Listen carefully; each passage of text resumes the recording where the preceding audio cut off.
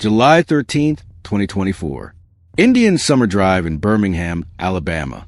In less than 20 seconds, a peaceful neighborhood will become the scene of one of the most shocking triple homicides the city had ever witnessed. We're also learning about the 3 victims in yesterday's triple homicide on Indian Summer Drive. Yeah, so one of those, a 5-year-old boy. Arkia Berry, 28 years old, sits behind the wheel.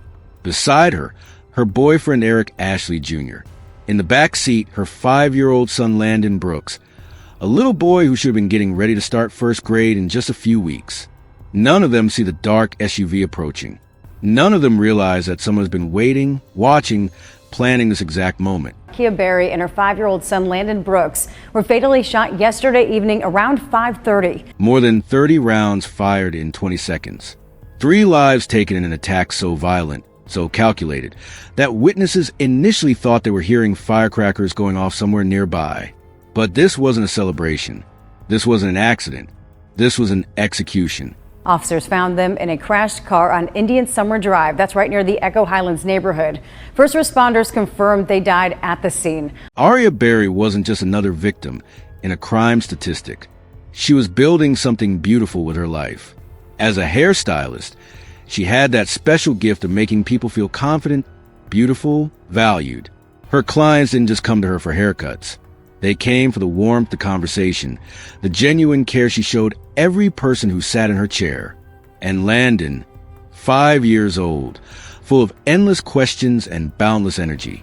The kind of kid who made everyone around him smile just by being himself. He was supposed to walk through those school doors for the first time as a first grader. He was supposed to learn to read chapter books, make new friends, maybe lose his first tooth. Eric Ashley Jr. had become part of their world, part of their family dynamic. 3 people with their whole lives ahead of them, sitting in that car, completely unaware that someone had marked them for death. The shooter knew exactly where to find them. This wasn't a random drive-by. This wasn't a case of wrong place, wrong time. Someone wanted Arkia, Landon, and Eric dead, and they had planned this moment down to the last detail. Stay tuned as we reveal everything about this case. Drop a comment, and let me know what you think about this story. Welcome to our channel. Make sure to hit the subscribe button. Like and share this video to help raise awareness. And spread caution. Let's begin. The dark SUV pulls up alongside their blue sedan. The driver's side window comes down. And in the span of time it takes you to read the sentence, everything changes forever. Birmingham, Alabama would wake up on July 14th to news that would shake them to their core. A hairstylist, a 5-year-old child, and a young man gunned down in broad daylight on a residential street where children ride bicycles and families take evening walks. But here's what makes this case even more heartbreaking. It would take nearly 8 months before anyone was arrested. 8 months of a family waiting for answers. 8 months of a community demanding justice. 8 months of wondering if the person who destroyed 3 lives in 20 seconds was still walking free among them. The investigation that followed would involve forensic experts, surveillance footage from across the city, phone records, and a breakthrough that wouldn't come until February 2025. The arrest of Jacory McGregor would finally give this case a suspect, but it couldn't give Arkia, Landon, and Eric their lives back. As a hairstylist, Arkia had built more than just a career. She had built relationships. Her clients would tell you that walking into her space felt like visiting a friend. She had that rare combination of technical skill and genuine warmth that made people trust her not just with their hair, but with their stories, their struggles, their celebrations. Arkia understood that for many people, getting their hair done wasn't just about appearance. It was about feeling confident before a job interview, beautiful for a special date, or simply taking care of themselves during difficult times. She took that responsibility seriously, and it showed in every interaction she had. But beyond her professional life, Arkia's world revolved around her son. Landon Brooks was everything to her. The reason she worked hard, the source of her biggest smiles, the little person who could make even her most exhausting days feel worthwhile. Landon was 5 years old and absolutely electric with life. Anyone who knew him would tell you about his curiosity, his endless questions, his ability to find joy in the smallest things. He was the kind of child who made adults remember what it felt like to see the world with wonder. Landon would have been one of those kids who made friends easily, who raised his hand to answer questions, who came home with pockets full of interesting rocks or leaves he'd found on the playground. Eric Ashley Jr. had become an important part of this family unit. In blended families, there's always a process of finding your place, building trust, creating new traditions together. Eric had done that work. He had earned his place in their lives, become someone Landon could look up to, someone Arkia could depend on. What makes their story even more heartbreaking is how ordinary that day probably started. Arkia likely went through her morning routine, maybe checking her phone, thinking about her schedule, making sure Landon had breakfast. Eric probably had his own plans for the day, his own small hopes and expectations. Landon might have been playing with toys, watching cartoons, or asking the endless questions that 5-year-olds ask. Where are we going? Can we stop for ice cream? When are we coming home? Normal questions from a normal kid living a normal life. None of them knew that someone else had been making plans too. Someone who had decided that their lives needed to end, who had chosen violence as a solution to whatever conflict or grievance had been building in their mind. Arkia's clients would remember their last conversations with her. Landon's relatives would replay their last phone call or visit. Eric's friends would think about the last time they hung out, the last joke they shared, the last time they made plans they'd never get to keep. This is what gun violence really looks like. Not just the statistics and the headlines, but the silencing of individual voices, the cutting short of specific dreams, the destruction of particular relationships that can never be rebuilt or replaced. Arkia Berry was 28 years old. Landon Brooks was 5. Eric Ashley Jr. had his whole adult life ahead of him. They deserved to see what came next. They deserved to find out how their story would continue. Instead, someone else wrote their ending for them. Arkia's blue sedan was parked along this street. Nothing unusual about it. Cars park on residential streets every day in every neighborhood across America. Maybe they were visiting someone. Maybe they had stopped to make a phone call or check directions. Maybe they were just taking a moment to talk before heading to their next destination. Whatever brought them to that exact spot at that exact time, they had no warning of what was coming. The dark SUV approached from behind. The person driving knew exactly where to find them. This wasn't someone driving around looking for random victims. This wasn't a crime of opportunity. Someone had information about where Arkia, Landon, and Eric would be, and they had come prepared to kill. The SUV pulled up alongside the blue sedan, driver's side to driver's side, close enough that the shooter wouldn't miss, close enough that escape would be impossible for anyone inside that car. The driver's side window of the SUV came down. What happened next lasted 20 seconds. 20 seconds that would destroy 3 lives, devastate multiple families, and leave an entire community questioning how safe they really were in their own neighborhoods. More than 30 rounds were fired into that blue sedan. 30 bullets in 20 seconds means the shooter was firing continuously, methodically, with deadly intent. This wasn't warning shots or intimidation. This was execution. But this was different. This was sustained, rapid, and devastating. 30 rounds fired with precision and purpose. Every single one intended to end lives. Inside that blue sedan, Arkia Berry died trying to protect her 5-year-old son. Eric Ashley Jr. died beside the woman he cared about. And Landon Brooks, a child who should have been looking forward to his first day of school, died before he ever got the chance to raise his hand in a classroom, make friends on a playground, or come home with stories about what he learned that day. The SUV sped away, leaving behind a scene that would haunt everyone who witnessed it. 3 people who had been alive and breathing and talking just moments before now gone, their blood staining the interior of a car that had become their tomb. The blue sedan, riddled with bullet holes, would become evidence in a case that would drag on for months. Every shell casing would be collected and analyzed. Every witness statement would be recorded and reviewed. Every piece of surveillance footage from the surrounding area would be gathered in hopes of tracking the movements of that dark SUV. But in those first moments, none of that investigative work mattered. What mattered was that 3 people were dead, killed in a way that suggested someone had planned their deaths carefully and executed those plans without hesitation. Forensic analysis began immediately. Every shell casing would be examined for fingerprints, though experienced criminals often wear gloves. Ballistics testing would determine what type of weapon had been used, information that could potentially link the shooting to other crimes if the same gun had been used before. The victims' backgrounds were thoroughly investigated, not because police suspected them of wrongdoing, but because understanding their lives, relationships, and routines was essential to determining who might have wanted them dead. Targeted killings like this one usually stem from personal conflicts, business disputes, or other specific grievances. Arkia's work as a hairstylist meant she interacted with many people regularly.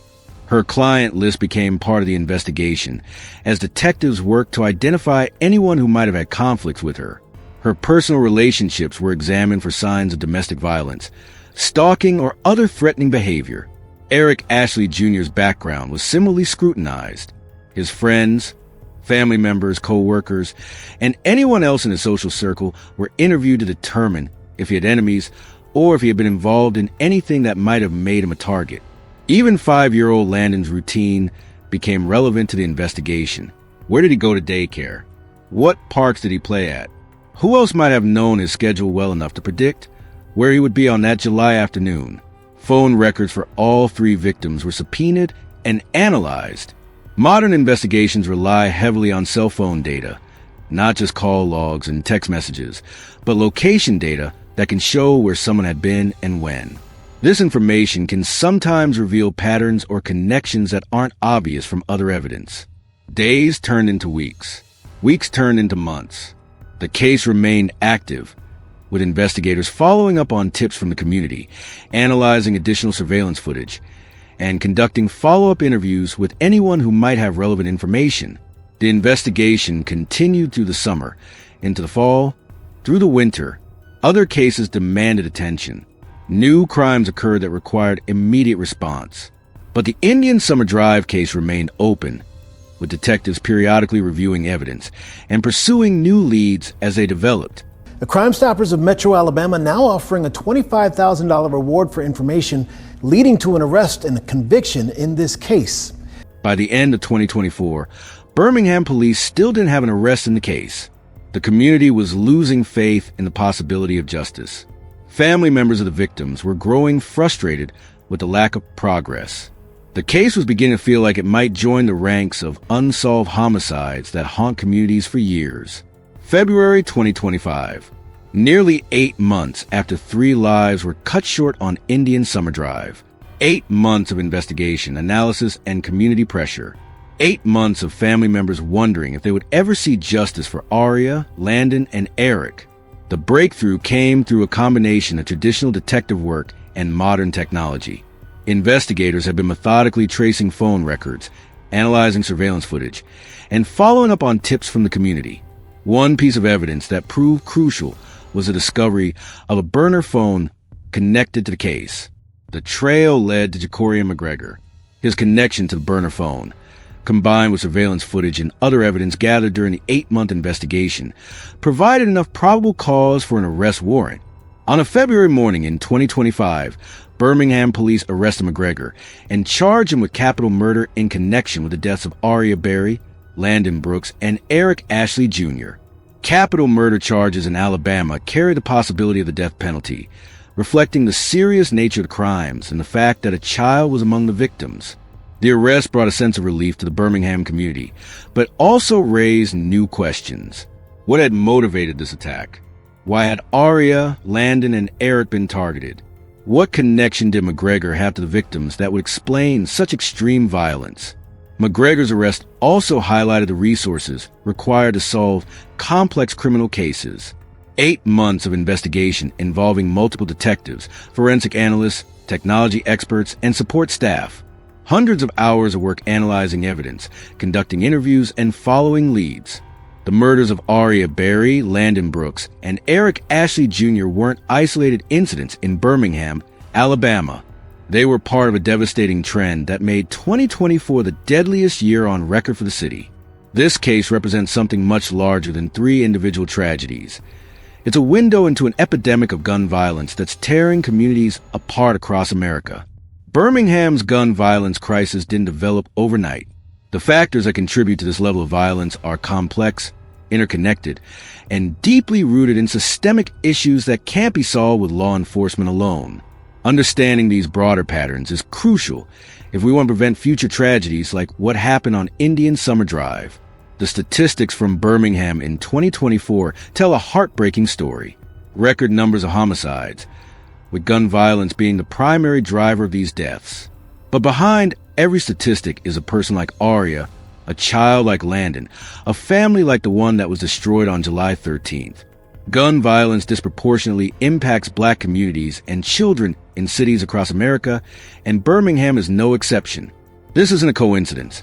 It's the result of decades of policies and practices that have concentrated poverty, limited opportunities, and reduced resources in specific neighborhoods and communities.